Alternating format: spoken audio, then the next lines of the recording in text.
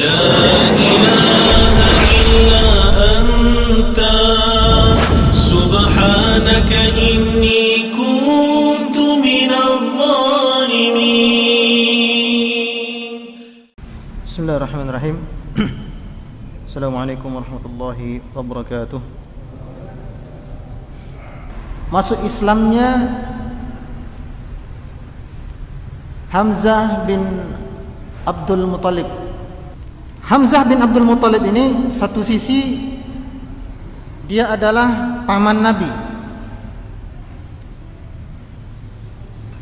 ya, Hamzah bin Abdul Muttalib.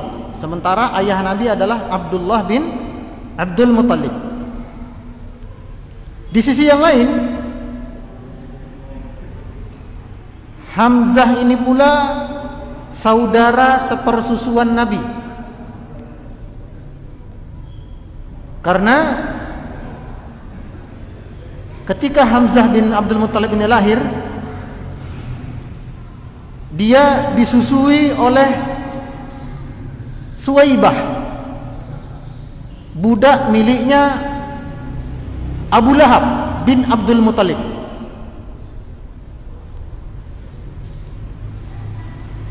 Nabi pun ketika lahir,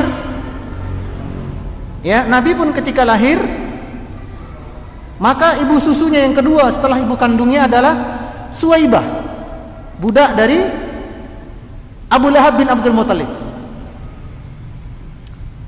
Dan ini sebenarnya nggak asing, ya, di negeri kita pun, terutama di Pulau Jawa, wabil khusus Jogja Jateng, tidak jarang keponakan usianya sama dengan paman. Karena anak yang paling tua, kakak yang paling tua punya anak, sementara dia punya adik yang paling kecil juga baru lahir dari ibunya. Jadi paman sama keponakan sama usia. Bahkan beberapa kasus keponakan lebih tua daripada paman. Ini yang terjadi dengan Rasulullah SAW dan Hamzah. Usia mereka sepantaran.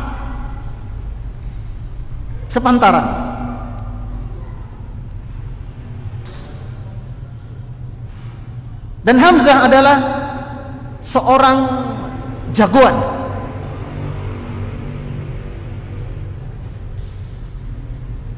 Ya, lelaki yang paling disegani.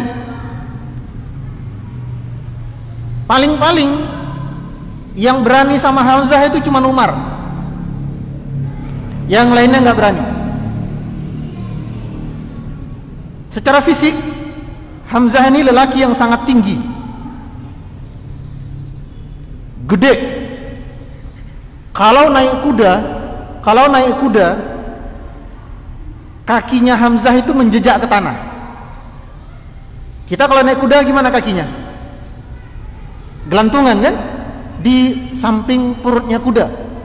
Sementara Hamzah kalau naik kuda itu kakinya menjejak, ya, saking tingginya. Hamzah ini pula kalau berburu nggak butuh bantuan. Kalau laki-laki yang lain berburu itu butuh 3-4 orang partner, 5-6 orang. Hamzah enggak, sendirian. Dan Hamzah kalau berburu bukan kelinci, apalagi emprit, ya. Hamzah kalau berburu apa? Singa. Binatang-binatang buas. Maka wajar nama dia Hamzah, the lion. Jadi Hamzah ini lelaki yang sangat terpandang di kalangan orang-orang Quraisy.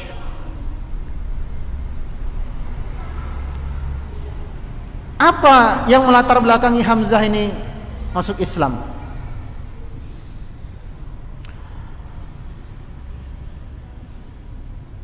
Suatu hari,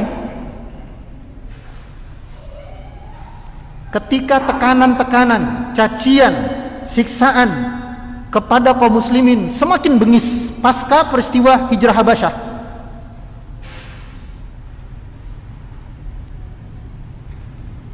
Maka Abu Jahal laknatullah alaih, dia melihat Rasulullah sallallahu alaihi wasallam masuk ke Masjidil Haram, mengerjakan tawaf, kemudian salat. Ketika Nabi beribadah itu, Abu Jahal mencaci maki beliau dengan cacian yang tidak pantas dan tidak layak disematkan kepada beliau. Cacian yang belum pernah diucapkan oleh orang-orang kafir Quraisy kecuali Abu Jahal pada hari itu.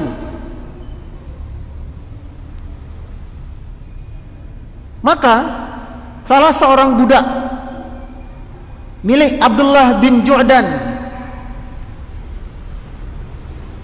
yang melihat kejadian ini, melihat Abu Jahal mencaci Muhammad sallallahu alaihi wasallam, dia bertemu dengan Hamzah. Maka si budak ini ngadu sama Hamzah, "Wahai Hamzah, sungguh keponakanmu habis-habisan dicaci, dimaki oleh Abu Jahal tadi di masjid." Hamzah yang sejatinya sama sekali nggak tertarik sama agama Islam ya, begitu mendengar keponakannya dicaci oleh Abu Jahal. Abu Jahal kan dari kabilah, ada yang tahu? Bani apa? Ada yang tahu nggak? Yang rutin ikut kajian Sirah Nabawiyah? Bani apa? Kurang kenceng. Bani Makhzum, that's right. Sementara Hamzah Rasulullah Bani apa? Bani Hashim. Yang mana dua suku ini selalu berlomba, ibarat tali kekang kuda. Kalau Bani Hashim ngasih minum jamaah haji, Bani Makhzum juga ngasih minum. Kalau Bani Hashim ngasih makan tuh orang haji, Bani Makhzum juga ngasih. Jadi berlomba terus, bersaing.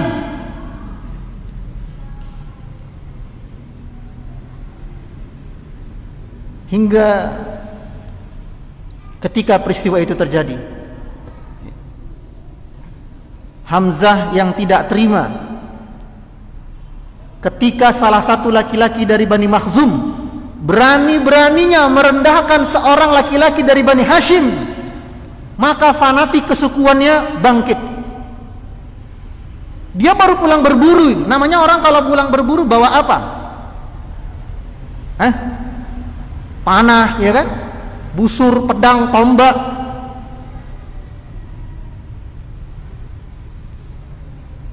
Maka dia nggak biasanya Hamzah itu habis berburu, ya, masuk ke masjid, tawaf, Masjidil Haram, tawaf dulu, baru pulang. Ya, tawaf, muji-muji berhalanya, baru pulang. Tapi khusus pada hari itu, busur panah yang demikian besarnya yang dia punya, dia bawa masuk ke Masjidil Haram. Begitu ketemu dengan Abu Jahal, langsung ditutuk. Ngerti ditutuk orang? Tutuk ini dipukulkan ya. Jadi busur panah tadi dipukulkan ke kepalanya Abu Jahal, robek, berdarah, ngalir. Maka sekelompok laki-laki dari Bani Makhzum bangkit untuk membela Abu Jahal. Sekelompok laki-laki dari Bani Hashim bangkit juga untuk membela Hamzah. Padahal mereka sama-sama apa? Kafir Quraisy. Tapi karena fanatik kesukuan.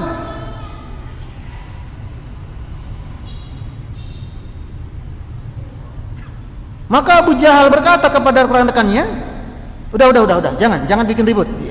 Daripada perang nanti kita. Lalu Hamzah berkata kepada Abu Jahal, tapi kata-katanya kasar ya, nanti saya ucapkan, ini live soalnya. Intinya Hamzah balik mencaci Abu Jahal, lalu berkata, berani-beraninya engkau mencaci keponakanku, sementara aku berada di atas agamanya.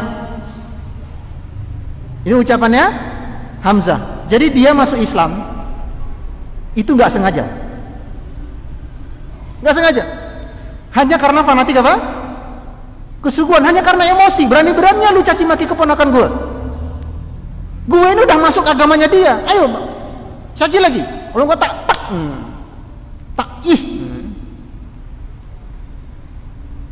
maka Abu Jahal nggak berani ya ngelawan Hamzah, takut dia. Lalu Hamzah kemudian pulang ke rumahnya. Sampai di rumah baru dia sadar, loh, tadi aku ngucapin apa ya?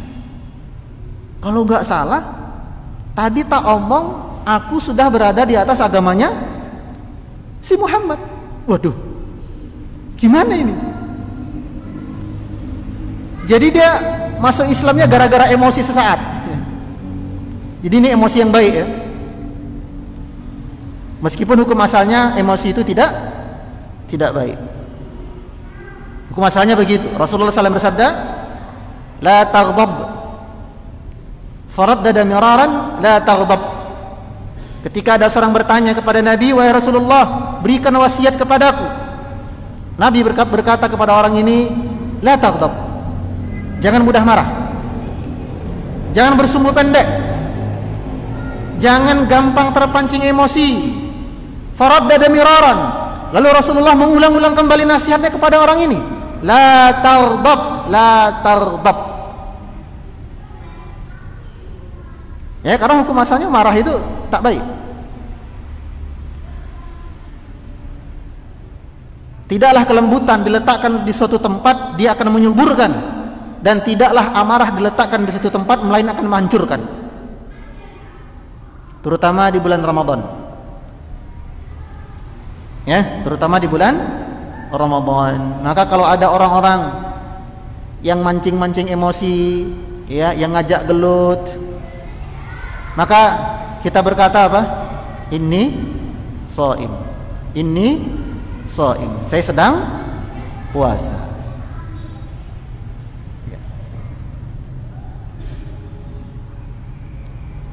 Ada orang yang mencela, mengejek. Rumusnya gimana? Rumusnya seperti sumur yang dalam. Jadilah seperti sumur yang dalam. Apa maksudnya? Kalau sumur yang dalam kita lemparkan batu ke dalamnya, yang paling kita tunggu-tunggu apa? Ceplok. Ya? Ceplok. Oh.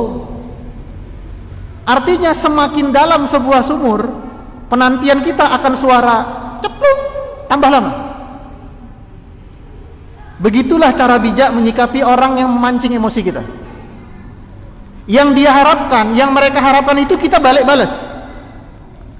Parahnya kita balik balas, kita yang difitnah. Kan banyak kejadian begitu kan? Terutama buzzer-buzzer itu. Seenak perut mereka mencela Islam. Melecehkan orang-orang yang berusaha menghidupkan syariat Islam. Mencela syariat hijab, cadar, janggut, semua mereka cela. Yang mereka tunggu apa? Emosi kita. Karena kalau kita sudah emosi, yang akhirnya kena pidana kita. Kalau mereka nggak akan. Tidak mungkin anjing peliharaan disembelih oleh majikan, nggak mungkin. Biarkan anjing menggonggong sampai dia mati. Jadilah kita sumur yang dalam. Meskipun kadang kita menggelegak di sini.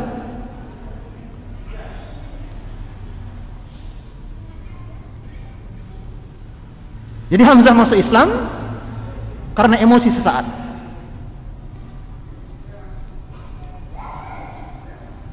Lalu apa faedah-faedah? Pelajaran-pelajaran yang bisa kita petik dari masuk Islamnya Hamzah bin Abdul Muttalib.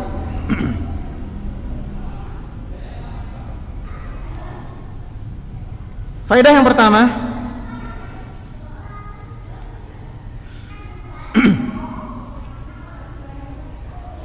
boleh jadi kita tidak menyukai sesuatu, padahal di balik hal tersebut ada kebaikan-kebaikan yang banyak yang tersembunyi. Sebagaimana Nabi SAW, ya kan? Beliau dicela habis-habisan oleh Abu Jahal, dan itu tidak enak, tidak nyaman. Ya. Tapi beliau tahu peristiwa ini mesti ada hikmahnya. Dan ternyata hikmahnya sangat besar, yaitu masuk Islamnya Hamzah.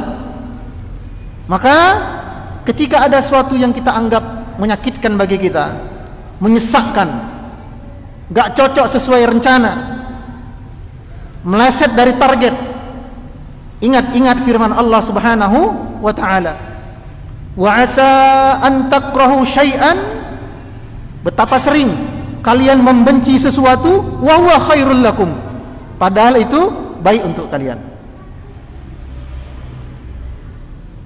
Puasa secara naluri manusia enak nggak? Ini kita secara naluri ya, bukan secara keimanan. Kita nggak bicara keimanan dulu. Puasa secara naluri manusia enak atau tidak? Ya enggak lah. Ya, tapi kalau keimanan beda cerita. Ya kan? Makan dilarang, minum dilarang, jima dilarang.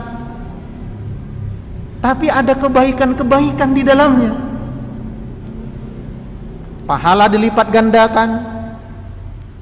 Ada pintu khusus orang yang berpuasa di surga kelak. Dan pahala puasa tidak ada batasnya, unlimited.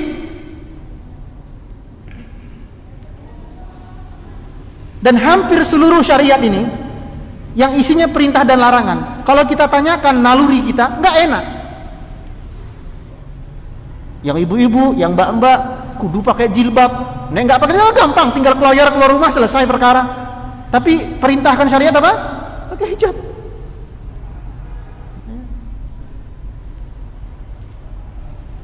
Maka setiap yang kita benci bisa jadi ada kebaikan di dalamnya. Sebaliknya, wa asa an tuhibbu syai'an fahuwa syarrul lakum. Dan betapa banyak kalian menginginkan sesuatu, mengharapkan sesuatu, menyukai sesuatu, padahal itu buruk untuk kalian. Wallahu ya'lamu wa antum la ta'lamun. Dan Allah lah yang paling tahu apa yang terbaik untuk kalian, bukan kalian, katanya Allah. Logikanya begini, yang paling tahu jeroannya mobil Toyota itu montir mana? Toyota. Yang paling ngerti jeroan BMW tentu bengkel dan montir BMW. Yang paling ngerti jeroan mobil Fiat tentu bengkel dan montir Fiat. Karena apa? Karena mereka yang membuat, mereka yang menciptakan, hasil karya mereka. Sama dengan kita Bapak Ibu sekalian dan jemaah sekalian yang mencintai karena Allah, kita adalah ciptaan Allah. Maka Allah lah yang paling tahu apa yang terbaik untuk kita, bukan kita. Wa antum la ta'lamun, katanya Allah, kalian tidak tahu. Termasuk diantaranya tentang takdir. Tentang takdir. Ada sebuah prinsip pokok ya, prinsip dasar terkait dengan takdir. Prinsipnya seperti ini. Hafal baik-baik, amalkan. Enggak panjang-panjang kalimatnya. Al khair khiratullah. Artinya yang terbaik adalah apa yang Allah tetapkan. Yang terbaik adalah apa yang Allah pilihkan untuk kita. Itu yang terbaik. Maka tatkala kita meminta jodoh, misalnya seorang ikhwan, ya Allah, inyang wis kebelet nikah iki ya. Saya udah pengen nikah. Tolong ya Allah berikan kepada saya seorang ukhti, seorang muslimah yang cantik, putih, penurut, pinter masak. Tiba-tiba tetangga ngasih rice cooker, ya itulah dia, putih, pinter masak, ya. Lalu Allah kirim kepada Anda, ternyata Allah takdirkan Anda punya istri yang nggak putih, nggak bisa masak kecuali masak air. Bisa jadi itu yang terbaik untuk Anda. Kenapa? Karena bisa jadi kalau Anda punya istri yang terlampau cantik, satu, orang-orang akan curiga. Kamu waktu ngelamar dia tuh pakai kacamata, ditutup matanya atau bagaimana kok mau sama kamu? Ketika Anda jalan sama istri Anda, orang-orang akan lihat istrinya cantik banget, lakinya kok begitu banget, ini jangan-jangan sama supirnya ini. Sama seperti ketika anak Anda ikut ujian perguruan tinggi. Pilihan pertama fakultas kedokteran. Wah, biasa kan begitu ya. Jarang tuh. Pilihan ketiga kedokteran, nggak ada. Pilihan pertama kedokteran. Pilihan kedua biasanya apa? Pilihan kedua ya kimia lah, kimia yang IPA. Ya, MIPA-nya. Pilihan ketiga sastra Inggris. Ternyata satu pun pilihan tadi nggak lulus, padahal udah belajar bener-bener. Jangan kecewa. Jangan buruk sangka sama Allah. Meskipun itu pahit menurut Anda. Karena bisa jadi loh ya. Kalaulah Anda diterima di jurusan, fakultas dan universitas yang Anda impi-impikan itu, bisa jadi Anda menjadi orang yang ujub. Anda menjadi orang yang sombong. Anda merendahkan orang yang tidak selevel dengan Anda. Lalu Allah hendak menyadarkan Anda, dijatuhkan sejatuh-jatuhnya.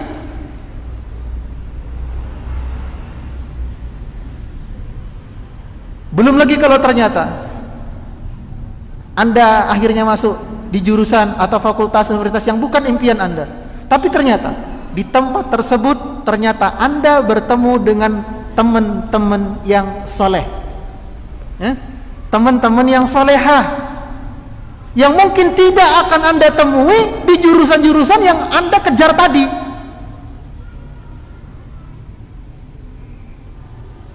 Sebagian ulama mengatakan di antara anugerah terbesar ada 3. Pertama, hidayah Islam. Yang kedua, sunnah. Dan yang ketiga, teman yang soleh. Maka tatkala Anda ya nggak lulus di jurusan impian Anda, di pilihan favorit Anda, lalu Allah takdirkan ya di jurusan yang biasa-biasa saja, ya, grade yang biasa-biasa saja, tapi Anda bertemu dengan rekan-rekan yang soleh, yang mengajak Anda ngaji, yang ngajak Anda belajar agama, yang ngajak Anda istiqomah dari Islam dan Sunnah, itu keutamaan yang luar biasa. Ya, ini pelajaran yang pertama dari kisah masuk Islamnya Hamzah bin Abdul Muttalib. Pelajaran yang kedua, memang bisa jadi ada segelintir orang yang ketika dia masuk Islam itu awalnya lid dunya yusibuha, yaitu karena ada recehan-recehan dunia yang sedang dia kejar. Mungkin tidak jarang, bukan tidak jarang ya, ada beberapa kasus orang yang masuk Islam ya, tertarik ikut ngaji, kajian, tertarik ke masjid. Bisa jadi awal mulanya itu pemicunya karena hal dunia. Maka tugas kita yang sudah biasa kajian, yang sudah biasa ke masjid, jangan putuskan semangat mereka. Ya, contohnya apa? Nih takjilan. Datang nih, wih, tumben lu ke masjid, ngincer takjilannya. Jangan. Sejak kapan tugas Anda menilai hati manusia? Nah, sejak kapan Allah menugaskan kita untuk memvonis isi hati manusia? Tidakkah Anda bisa menjadi penghibur? Ada orang nggak pernah ke masjid, lalu momennya momentum Ramadan, dia datang ketika takjilan. Tidakkah Anda bisa melebarkan tangan Anda, ucapkan barakallahu fiik? Selamat datang wahai saudaraku. Bisa jadi awal mulanya dia tertarik ke masjid karena sekotak nasi, tapi karena kesantunan Anda, keramahan Anda, terbuka hatinya, terbuka matanya. Oh, ternyata orang-orang masjid itu bagus-bagus. Selama ini dia kabar ke masjid, tiba-tiba taraweh isya dia datang. Biasanya nih ya, orang-orang yang nggak pernah ke masjid, biasanya pertama kali ke masjid dia jarang langsung ngambil soft depan, jarang. Betul? Biasanya mojok-mojok dulu senderan di tiang masjid, ya kan? Kita yang sudah terbiasa kajian, sholat di masjid, rangkul dia. Jangan malah diarani, wih tumben salah ngambil obat, waduh. Wis tobat toh saiki Kang. Wallahi, seorang hamba yang bermaksiat seumur-umurnya, lalu dia datang ke rumah Allah dengan penuh kerendahan hati, jauh lebih mulia keadaan mereka daripada seorang hamba yang seumur-umur menjadi ibadullah, akan tetapi satu hari momentum dia ujub, runtuh seluruh amalnya, runtuh. Maka ini PR besar bagi kita.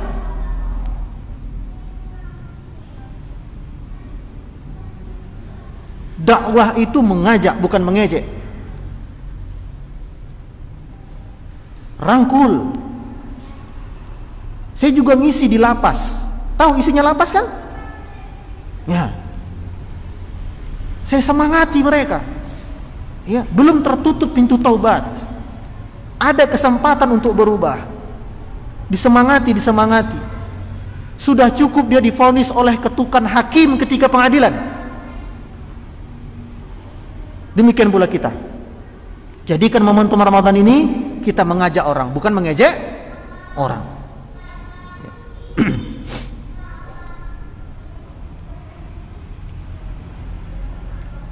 Karena sebahagian sahabat pun begitu jamaah sekalian. Ya. Sebagian sahabat awal-awal mereka masuk Islam itu karena harta juga. Ya. Ini pengakuan para sahabat sendiri. Anas bin Malik berkata, "In kana ar-rajulu la yuslimu ma yuridu illa ad-dunya." Sesungguhnya di zaman kami dulu, ini para sahabat loh ya, yang dikatakan oleh Nabi, khairun nasi qarni thumma alladhina yalunahum. Thumma alladhina yalunahum. Kata Nabi apa?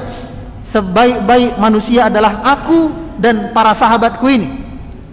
Mereka sebaik-baik manusia. Tapi meskipun demikian, katanya Anas bin Malik, kami pernah mengalami masa-masa di mana ketika awal-awal kami masuk agama Islam, yang kami kejar adalah dunia. Karena Rasulullah itu dermawan. Ya. Ada orang baru masuk Islam, dikasih 100 ekor onta, dikasih kebun, dikasih harta, baru masuk Islam. Kenapa? Ya ini namanya mu'allaf. Mu'allaf itu artinya orang yang hatinya ingin kita tundukkan, hatinya ingin kita taklukkan kepada Islam dan sunnah. Lalu katanya Anas bin Malik, fama yuslimu hatta yakuna al-islama ahabba ilaihi minad dunya wa ma 'alaiha. Namun setelah berlangsung beberapa lama kami memeluk agama Islam, mulai muncul kecintaan-kecintaan ini.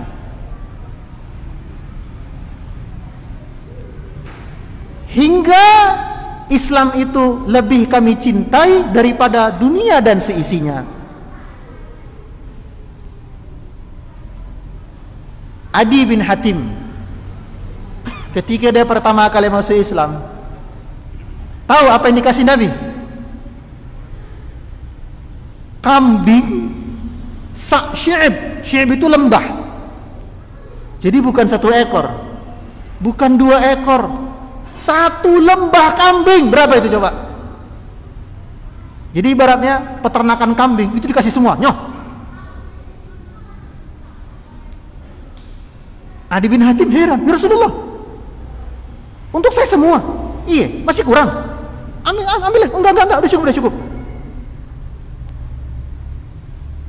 Adi waktu itu berkata, ini setelah dia masuk Islam lama-lama ya, dia berkata, demi Allah, yang membuat aku tertarik masuk Islam waktu itu apa? Harta. Karena Nabi orang yang sangat dermawan. Aku mendapatkan 1 lembah kambing dan aku waktu itu otomatis jadi orang paling kaya di kampung. Tadinya enggak. Begitu masuk Islam jadi orang kaya. Ini tugas kita juga Bapak Ibu kalian. Apa itu? Menjaga akidah saudara-saudara kita seiman. Orang-orang kafir, musuh-musuh Islam, itu menyodori berbagai hal dunia kepada saudara-saudara kita yang qadarullah miskin. Anaknya dikasih beasiswa sekolah, dikasih pipa pengairan, dibuatkan sumur, rumahnya dibikin semi permanen. Untuk apa? Agar orang ini mau murtad. Maka tugas kita, saudara-saudara kita yang ada di pucuk-pucuk gunung, yang ada di pelosok-pelosok pedesaan, ya, kita yang ada link menuju sana. Kalau nggak bisa datang ke sana sendiri, titipkan ke masjid yang ada program tebar bantuan. Ya, siapa tahu seperak 2 perak, sekilo beras yang kita infakkan ternyata itu menjadi asbab orang yang tadinya berniat murtad nggak jadi murtad. Bukankah ini investasi yang terbaik? Rasulullah sallallahu alaihi wasallam bersabda, "Man dalla ala khair falahu ajruha wa ajru man amila biha bima lam yanqus min ujurihim syai'un." Barang siapa yang menjadi pioner kebaikan, menunjukkan jalan kebaikan untuk orang lain, maka 1, dia dapat pahala atas usahanya tersebut. 2, dia masih mendapatkan pahala yang kedua, sejumlah pahala orang yang dia tunjukkan itu. Orang yang dia tolong, orang dia bantu dapat pahala, dia pun dapat pahala. Pahalanya double. Tanpa mengurangi pahala orang yang barusan dia tunjukin tersebut. Maka tatkala kita tidak bisa membantu rekan-rekan kita dengan ilmu, karena kalau dengan ilmu kan ya harus da'i ya. Kita bantu saudara kita untuk mempertahankan keimanan dengan apa? Harta. Ilmu nggak punya, harta nggak punya. Coba dengan usaha yang lain. Dengan cara apa? Mungkin Anda jago desain. Mungkin Anda bisa nyetir mobil. Mungkin Anda punya channel, link, kenalan-kenalan orang yang biasa bersedekah besar. Islam sudah terlampau banyak memberikan kebaikan-kebaikan kepada kita. Saatnya kita membalas. Kalau dulu Presiden John F. Kennedy pernah bilang, "Don't ask what your country given to you, but ask him for yourself. What you can do for your country." Jangan tanya apa yang sudah diberikan negerimu untukmu, tapi tanyalah kepada dirimu, apa yang sudah engkau berikan untuk negerimu. Kalau kita orang Islam, kita maknanya lebih kepada agama. Jangan tanya apa yang sudah Islam berikan untuk kita, tapi tanyalah kepada diri kita, apa yang sudah kita berikan untuk agama Islam. Hari ini kita tidak berbuat, Allah akan gantikan slotnya untuk orang lain. Hari ini kita tidak berperan, Allah akan gantikan dengan orang yang lebih pantas. Wallahu ta'ala a'lam. Barakallahu fik. Sekian pembahasan kita pada hari ini. InsyaAllah pekan depan kita akan membahas masuk Islamnya Umar bin Khattab. Barakallahu li wa lakum. Subhanakallahumma wa bihamdika asyhadu an la ilaha illa anta astaghfiruka wa atubu ilaik. Wassalamualaikum warahmatullahi wabarakatuh.